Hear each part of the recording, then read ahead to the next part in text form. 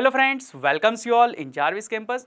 आज हम बात करने वाले हैं कि हमने एक नया चैप्टर चालू किया था, metal and non metal, right. इसके लिए हम लोगों ने प्रीवियस स्टैंडर्ड में ऐसा पढ़ा था कि ये सब एलिमेंट्स है, राइट। इनको यहाँ पे अगर बाइफरगेट करना है तो इसके लिए हमें उसके फिजिकल प्रॉपर्टीज पता होनी चाहिए। जैसे कि अभी सिंपल की बात है कि कोई भी गर्ल है या बॉय है, अगर आपको पता लगाना हो तो आप कैसे पता लगाते हो? तो कि सिंपल सी बात है कि बॉय होगा तो ऑब्वियसली उसके हेयर्स ज़्यादा नहीं होते, स्मॉल हेयर होते, या तो फिर आप ऐसा बोल सकते हो कि जो बॉय है वो उसके जो वियरेबल्स है जो, और गर्ल्स के जो वियरेबल्स है वो थोड़े डिफरेंट है, तो इसके अकॉर्डिंग आप लगा सकते हो पता, राइट। तो अभी इसी फिजिकल प्रॉपर्टी, ये सब फिजिकली हमने देखा कि ये बॉय है और गर्ल है, राइट। और जैसे आवाज़ है, हमारा वॉल्यूम भी अगर बॉय और गर्ल का देखो तो सबका अलग अलग रहता है, राइट। तो वैसे ही physical property of metal and non metal अभी हम यहाँ पे पढ़ने वाले। तो सबसे पहले यहाँ पे मेटल्स जो रहते हैं, मेटल्स की फिजिकल प्रॉपर्टी के बारे में बात करते, और जो भी मेटल्स है फिजिकल प्रॉपर्टी उसकी है तो फिर वो मेटल्स है। अगर फिजिकल प्रॉपर्टी सेम नहीं आती तो बाकी सब वो क्या हो जाएंगे, नॉन मेटल हो जाएंगे, राइट। जैसे बॉय की बात करते तो बॉय की जो फिजिकल प्रॉपर्टीज अपने माइंड में है वो अगर होता है तो बॉय है, नहीं है तो क्या, गर्ल है, राइट। वैसे तो मेटल की फिजिकल प्रॉपर्टी क्या है उसके बारे में बात करते। सबसे पहले बात करते हैं कि जो मेटल, तो कि यहाँ पे सिंपल से कुछ मेटल कलेक्ट कर लेते हैं, जैसे कि एल्यूमिनियम है, कॉपर है, आयरन है, राइट। तो ये सब मेटल आप कलेक्ट करते हो, उसके बाद में मेटल को आप क्या करोगे, तो आप देखोगे तो आप बोलोगे सर ये इतना शाइनी नहीं है, कोई बात नहीं। ये जो सब मेटल्स है उनको क्या करने का है, अपने को सैंड पेपर से रफ करो। सैंड पेपर से जब उसको घिसते हो तब आपको दिखेगा कि जो मेटल्स होंगे ना, उनकी सरफेस जो रहेगी वो शाइनी सरफेस रहेगी, राइट। वो सरफेस क्या हो जाएगी, शाइनी सरफेस हो जाएगी। तो ये जो उसका फिजिकल प्रॉपर्टी है उसको हम बोलते हैं मेटालिक लस्टर। लस्टर यानी कि यहाँ पे वो शाइनिंग करता है, राइट। यानी कि जब हम मेटल को रब करते हैं सैंड पेपर से तो वो शाइन करता है, ग्लो करता है, तो इसी को बोलते हैं हमारा मेटालिक लस्टर, राइट। अभी दूसरी प्रॉपर्टी क्या है फिजिकल, वो जानते हैं यहाँ पे। ये जो मेटल रहते हैं वो सो हार्ड रहते हैं, यानी कि मेटल की हार्डनेस जो रहती है वो ज़्यादा रहती है। अभी ये सिंपल सी बात है, आप आयरन ले लीजिए, कॉपर ले लीजिए, एल्यूमिनियम ले लीजिए या फिर सोडियम, ये चारों के चारों मेटल ही है, पर आप उसको नाइफ से कट करने का ट्राई कीजिए तो आप इजीली देख पाओगे कि यहाँ पे मेटल में अभी देखो तो आयरन मेटल जो है वो नाइफ से कट नहीं हो पाएगा। उसको हेक्सो से भी कट करना चाहो तो वो बहुत हार्डली कट होगा, जिसकी और उसके अगेंस्ट अगर आप देखो तो कॉपर एंड एल्यूमिनियम जो है वो थोड़ा इजीली कट हो सकता है, पर होता नहीं है इजीली। किसके अगेंस्ट, तो कि आयरन के अगेंस्ट ये इजीली कट होता है पर होता नहीं इतने इजीली, राइट। और जबकि सोडियम के बारे में बात करें तो सोडियम के केस में क्या है, तो कि आप सिंपल से अपना जो रूटीन नाइफ है उसको भी लेके उसको अगर कट करना चाहो ना तो आप उसको इजीली कट कर पाते हो। तो यहाँ पे आप पता लगा पाओगे कि मेटल टू मेटल यहाँ पे हार्डनेस जो है वो वेरी करती है, बट हाँ हार्डनेस होती जरूर है, राइट। यहाँ पे तीसरा प्रॉपर्टी क्या है उसका फिजिकल, वो देखते हैं। आप लोगों ने देखा होगा कि कहीं भी आप वो शेड्स देखते हो ना, कोई भी बिल्डिंग के या फिर कोई भी कंपनी के, तो वो शेड्स जो रहते हैं वो मेटल के रहते हैं, राइट। कभी बोलते हैं आयरन शेड्स है या फिर कॉपर शेड्स है, राइट। आपने सुना होगा ऐसा।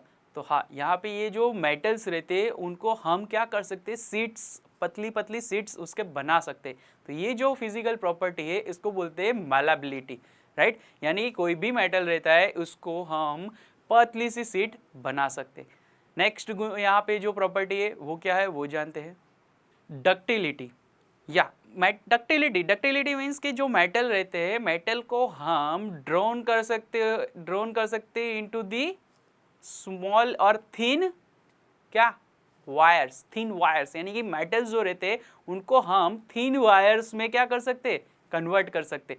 और आपको पता हो तो gold is the most ductile metal, यानी कि गोल्ड जो है, गोल्ड आपने देखा है गोल्ड, या गोल्ड जो है वो एकदम ही ज़्यादा डक्टिलिटी रखता है। यानी कि उसको, जैसे कि यहाँ पे समझो कि 2 किलोमीटर लॉन्ग अगर गोल्ड का वायर बनाना है हमें तो उसके लिए में सिर्फ और सिर्फ 1 ग्राम ही गोल्ड लगता है। यस, यानी कि गोल्ड 1 ग्राम गोल्ड से हम 2 किलोमीटर लॉन्ग वायर बना सकते हैं उसका, राइट। तो ये हो गया डक्टिलिटी का यहाँ पे प्रॉपर्टी। नेक्स्ट प्रॉपर्टी क्या है वो देखते हैं, गुड कंडक्टर ऑफ हीट। यानी कि यहाँ पे अभी आप देखो तो आप यहाँ पे एक एक्टिविटी करते, एक कॉपर रॉड ले लेते, कॉपर रॉड को यहाँ पे हम क्या करेंगे, तो उसके एक एंड पॉइंट पे हम क्या करेंगे, तो कि मोम आप लोगों ने देखा है कैसा रहता है, वो मीनबत्ती रहता है ना, राइट, वो मोम से हम एक यहाँ पे नेल चिपका देते। अभी एक साइड दूसरी साइड को क्या कर रहे हैं, तो कि हीट कर रहे हैं हम, राइट, दूसरी साइड को हीट कर रहे हैं कैंडल से।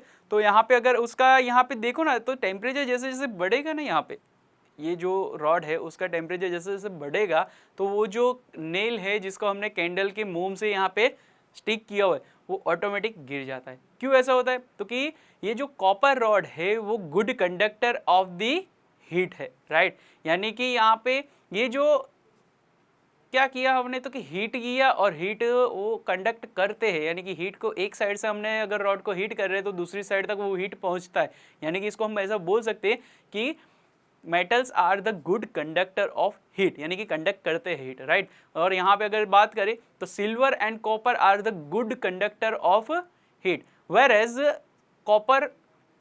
whereas lead and mercury is less conductor of heat, यानी कि वो पुअर कंडक्टर है हीट का, यानी कि वो ज़्यादा हीट कंडक्ट नहीं करते, right. And next and last property क्या है, physical property of the metal, वो है कंडक्टर ऑफ इलेक्ट्रिसिटी।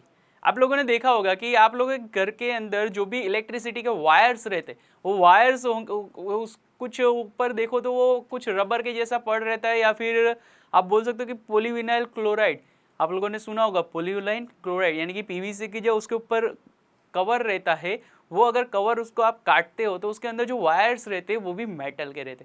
आप लोगों ने देखे होंगे कभी कभार वो कॉपर के होंगे या फिर आयरन होंगे, राइट। तो ये जो वायर्स है, इसका मतलब ऐसा हम बोल सकते हैं कि मेटल जो है वो क्या करते हैं, कंडक्ट इलेक्ट्रिसिटी कर सकते हैं, राइट। तो ये था सब फिजिकल प्रॉपर्टी ऑफ मेटल्स के लिए, राइट। तो आप ऐसा बोल सकते हो कि क्या ऐसे अभी जो ऐसी जो भी कोई मेटल होती है जो इलेक्ट्रिसिटी कंडक्ट नहीं कर सकती, तो वो नॉन मेटल होगी। कोई भी ऐसा एलिमेंट जो इलेक्ट्रिसिटी कंडक्ट नहीं करता है तो उसको हम उसको हम ऐसा बोल पाएंगे कि वो नॉन मेटल है?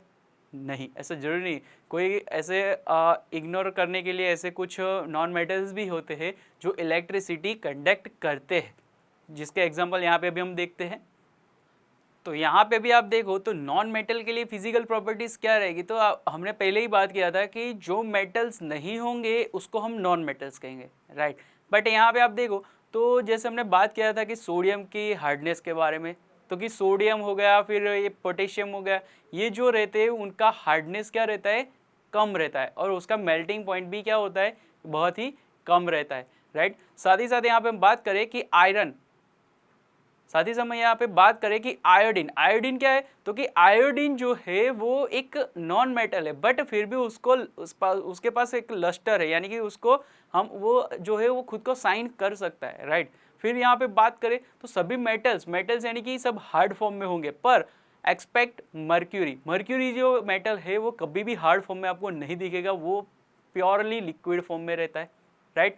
फिर यहाँ पे बात करते हैं कि carbon is a non metal, right, which has different forms, like अभी हम यहाँ पे बात करें तो कि diamond is allotrope of carbon, but it is a hardest natural element. या आप लोगों ने पता लगाया हो तो आपको पता हो तो कि डायमंड जो है वो हार्डेस्ट रहता है, सबसे हार्डेस्ट एक यहाँ पे एलिमेंट है, राइट। फिर यहाँ पे बात करते हैं कि graphite is the another allotrope of the carbon which is conductor of electricity. जो ग्रेफाइट है वो गुड कंडक्टर ऑफ इलेक्ट्रिसिटी है, राइट। फिर यहाँ पे बात करते हैं कि ये जो अभी आप लोगों ने बात किया कि मेटल्स नहीं होते तो सब नॉन मेटल्स होते हैं, राइट। पर फिजिकल प्रॉपर्टी के अकॉर्डिंग अगर हम देखते हैं तो यहाँ पे ऐसे मेटल्स और नॉन मेटल्स को इतना शार्पली हम यहाँ पे डिवाइड नहीं कर पाते। तो इसीलिए अभी हम बात करने वाले हैं कि ये जो मेटल एंड नॉन मेटल है उनकी केमिकल प्रॉपर्टीज क्या है। तो ये जानने के लिए जुड़े रहे हमारे साथ। Thank you.